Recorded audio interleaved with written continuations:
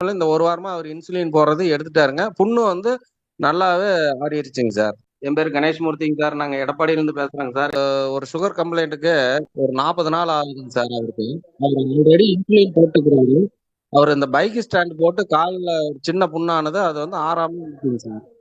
அப்புறம் இவரு வந்து இன்சுலின் போட்டுட்டு இருக்கிறாரு டெய்லியும். அப்புறம் வந்து புண்ணு ஆறவே மாட்டேங்குது இந்த பெரியார்ல அப்படின்னு சொல்லி இது பண்ணிட்டு இருந்தாருங்க. அப்புறம் இப்ப இந்த ஒரு ஒரு ஒரு 40 நாள் இந்த எலிக்சிர் மெடிசன் ரெகுலரா எடுத்த பின்னாடி புண்ணும் ஆறிடுச்சுங்க சார்.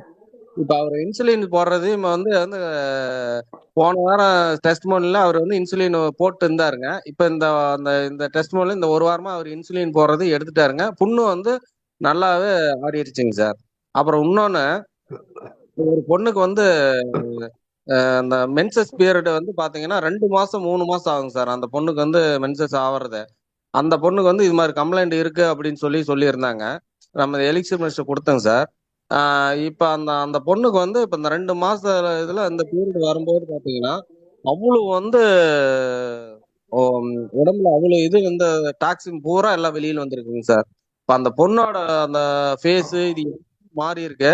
இப்ப அந்த அந்த மென்சஸ் பீரியட் வந்து இப்ப அவங்களுக்கு வந்து ரொம்ப ரிலீஃபா இருக்கு அப்படிங்கிற மாதிரி ஒண்ணு வந்து சொல்லியிருக்காங்க.